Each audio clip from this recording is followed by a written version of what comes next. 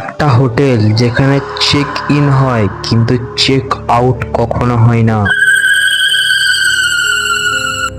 1893 সালে চিনচাগো world ফেয়ারে DRHH hotel বানালো একটা মানুষ। কিন্তু দুর্ভাগ্যবশত ওইখানেই একটা মুর্দার রাজপ্রাসাদও ছিল।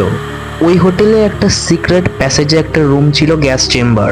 হলমোস বলে একজন ছিল যে নাকি নিজেকে ডাক্তার বলতো, কিন্তু ওর কাছে যেই প্যাসেঞ্জার যেত গুপ্তের মতো হারিয়ে যেত।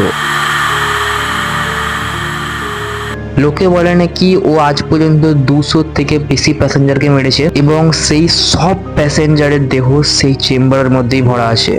কিন্তু যাই হোক, এত মার্ডার করার পর সবাই মিলে না হলে ওকে মেরেই দিল, কিন্তু ওর আত্মা শেষ হলো না। ও এখনো রাতের বেলায় তার শিকার খোঁজে। ওই হোটেলে এখনো পর্যন্ত ভাড়াও থাকে, কিন্তু কিছু কিছু ফ্লোর বন্ধ, আর ওই ফ্লোরের মধ্যে কিছু না কিছু গড়বড় তো মনেই হয়।